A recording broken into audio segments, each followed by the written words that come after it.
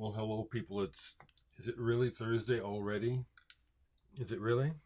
Yes, it is. It's the 8th of May. Pulling out the cup that I received for Christmas from Rebecca. Yes, Rebecca. I Hoover Music. I'd heard of Hania Rani. I've got actually several of her songs in my video collection because that's what I do. It's like I just Hoover Music, and some stuff never makes it to Omaha. And an easy way to have access to that stuff is to record the videos. Cheers.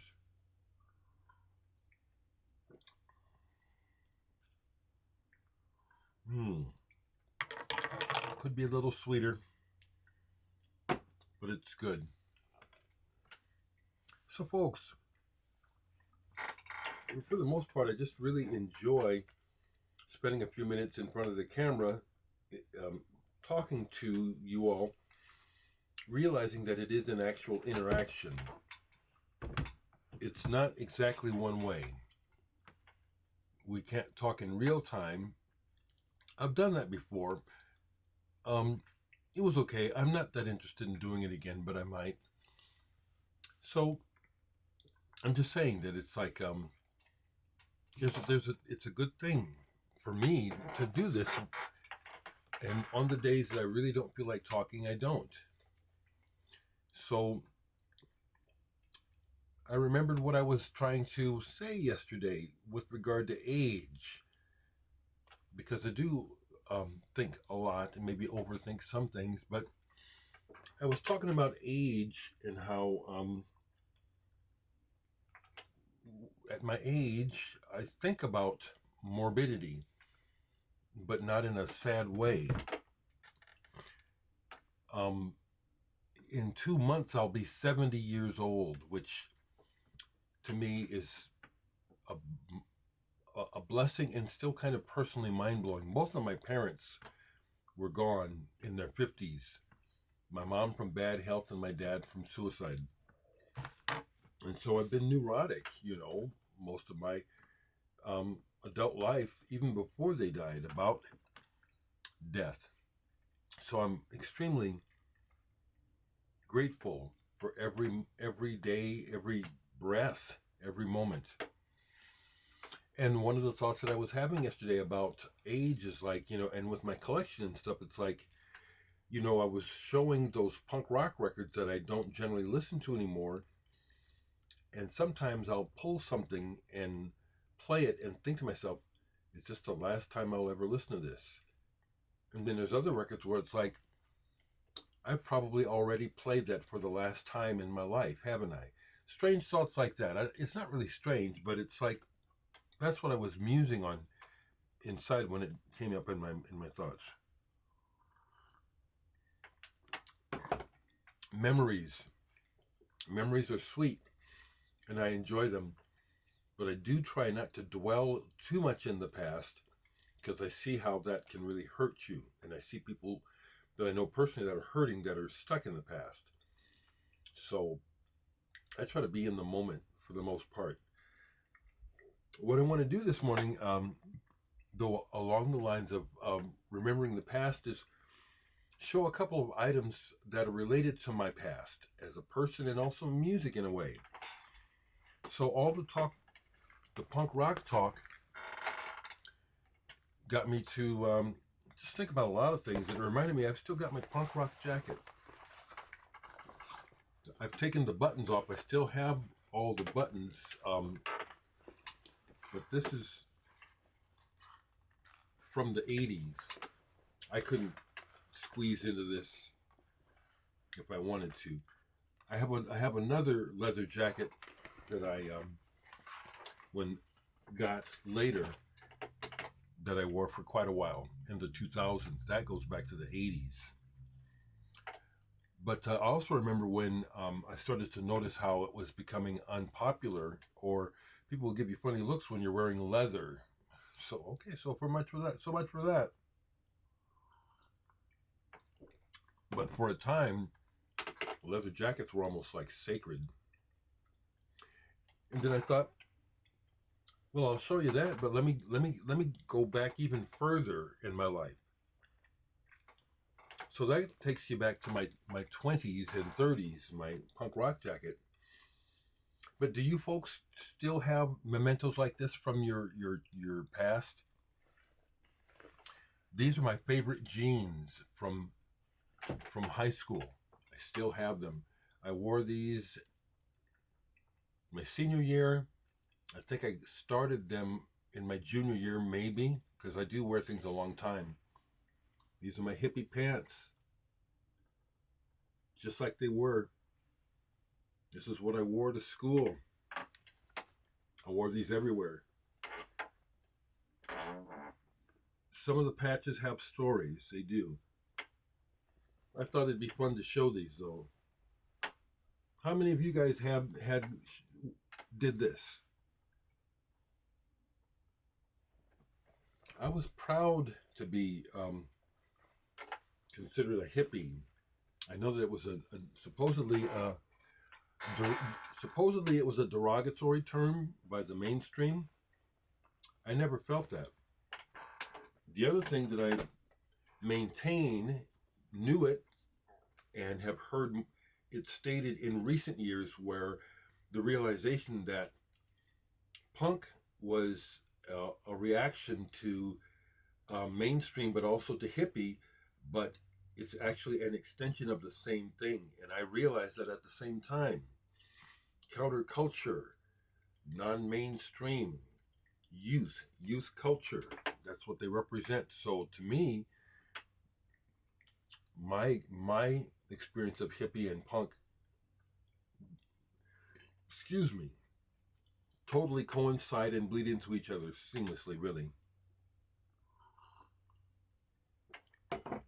One more item from my past. I've played all kinds of music. I love all kinds of music.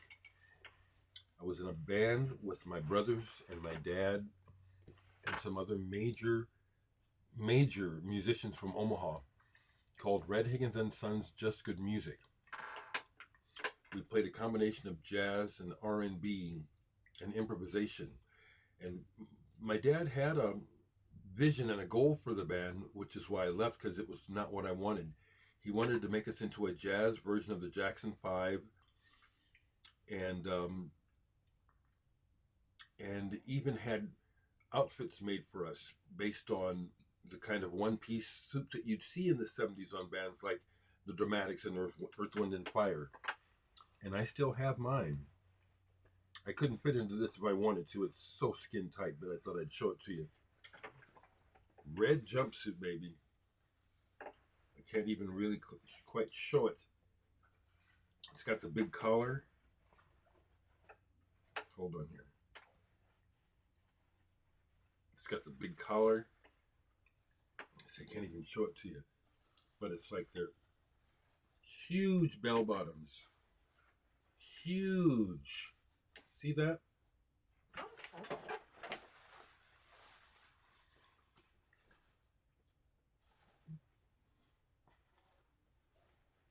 I thought it'd be fun to try to share that stuff with you. Halcyon days. And so much of my life, I'll get that later. Music is such an central part of my life. You know, someone mentioned it, made a comment about the Dynaflex, and true enough, the Dynaflex play well. They're quiet. They actually have held up rather well to be so thin. I'm glad they stopped, though. It just was like, man, this is kind of like, this just kind of sucks, you know.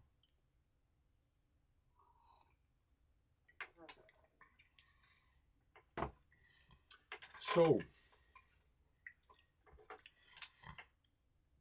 other things in my thoughts are, I want to share this.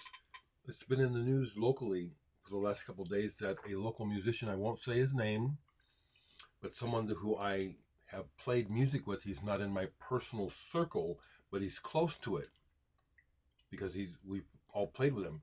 But a local musician has been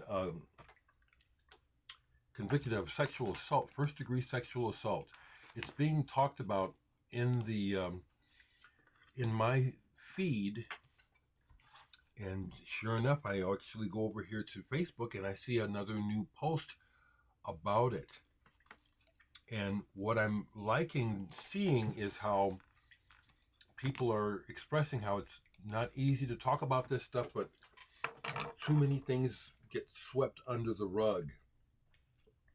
And a couple of people have come forward saying now that this conviction happened to this person, well, so and so happened to me, but I was afraid to say, and it's so disappointing, you know. It's the thing that I did not like about the punk rock scene was they're just kids, but so many kids were just so irreverent of life. And, you know, I did see a fair amount of fights. I did see a fair amount of people trying to take advantage of one another in the scene, but that's just real life, period. I've just always, I lament how poorly we treat one another. Just thought I'd mention that because it's a hot topic here in Omaha right now. We seldom have controversies like this, and it's so disappointing because it's not that it doesn't happen, but I like to focus on the healing and the better aspects of music and art. But there's darkness there also.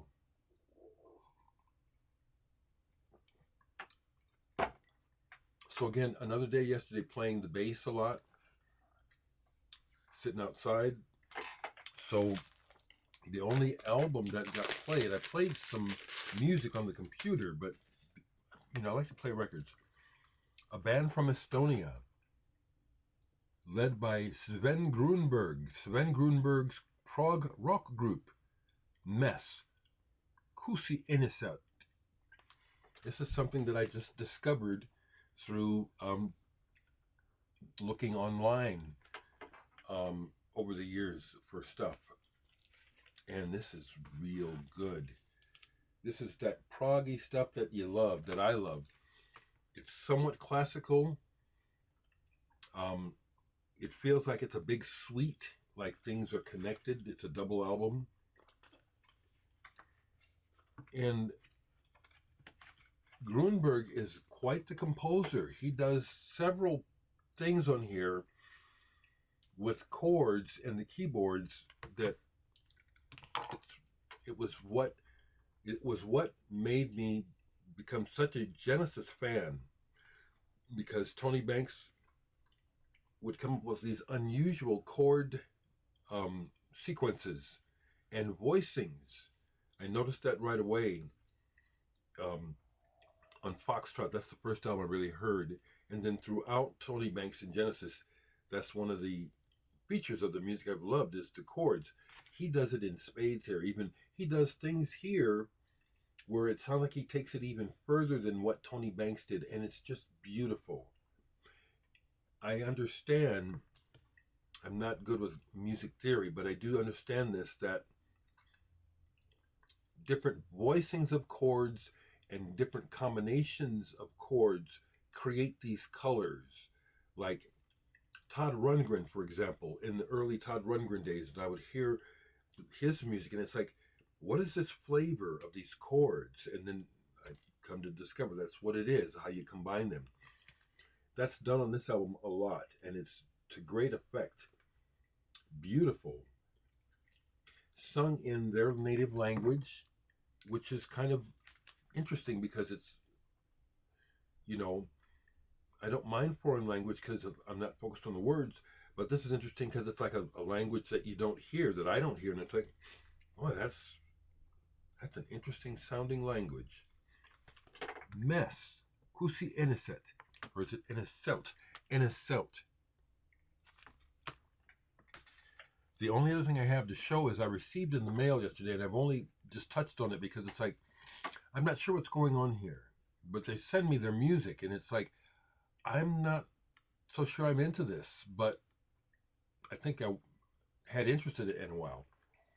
Subhymnal has sent me stuff before, and this is something new. Subhymnal Songs of Love and Hecate. a play on Leonard Cohen, but it's I can only listen to the first part of it, and it's like, it's wow, what's going on here? 666 is referred here. That pastiche of the sixth eye is, this is all interesting to me, but the way it starts, and then the second track, it's like, I ain't ready for this right now. Okay, and if you're watching, please don't be upset. You know I'm honest. It does say that it's strong language, profanity, and all that sort of thing. I'll get back to it, but I don't know that I'm going to necessarily be into that, okay? There was a time, but again, mood. Like the other day when I said I'd rather listen to noise and country music, someone commented, well, I wonder what kind of noise he listens to. I don't know if they meant it like that or if they were sincerely wanting to know. The second track on this comes off very loud and noisy, okay? So there could be a time when I can get into it. But I just showed some Mertzbo, and I was thinking of somebody else, Due Process, Esplendor Geometrico, P16D4. That's some good noise. I like noise. Even KG Hino.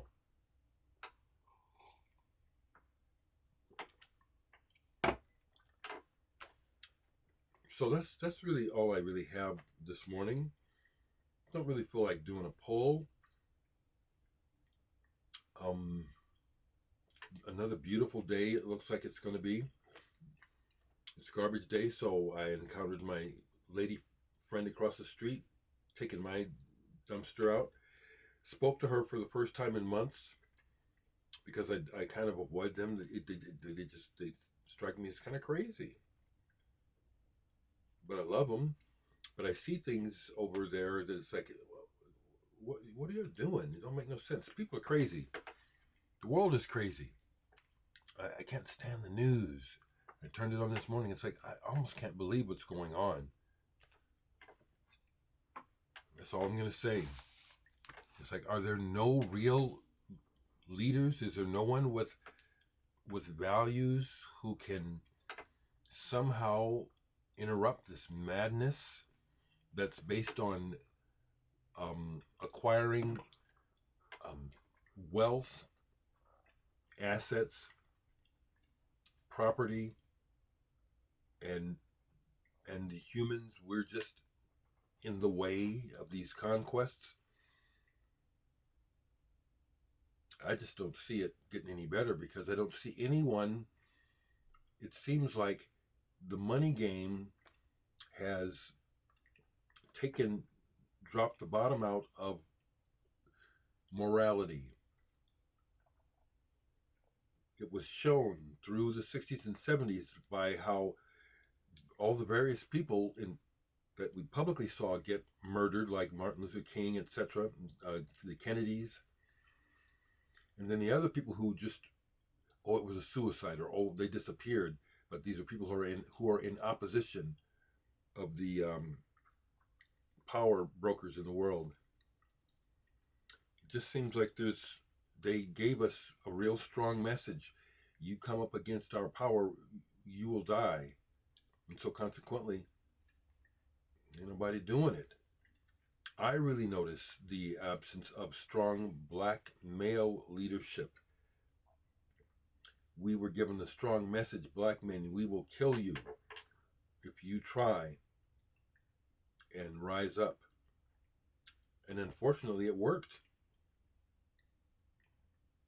But the other part of it is that other people aren't got the message too. Well, you just kill us. So the game goes on and it just gets worse. That's how it looks to me. So I share it. So to what am I feeling? I'm feeling it's like all that madness is going on, and yet we can all continue to live our lives daily. Like I'm able to sit here, continue to talk to you, make my videos, listen to my music, drink my coffee. And I do think that it kind of came up when I was talking to Dan, As long as people's lives aren't really disrupted, a lot of people don't even pay any attention. And a lot of people have tuned out to politics because, which is the way it used to be. You'd have the elections and then they'd stop talking about politics, but now it's so out of control and corrupted, so it's in our face all the time, and people just shut it out. And as a result, the corruption and the infestation, the disease just gets worse, worse, worse, worse. So make the best of your life as it is. Brighten your world in your little corner. Be kind to people. Try to show love not only to others but to yourself. Let's take care of ourselves. Let's take care of each other. Ain't no savior coming. Not. It's not. Take care.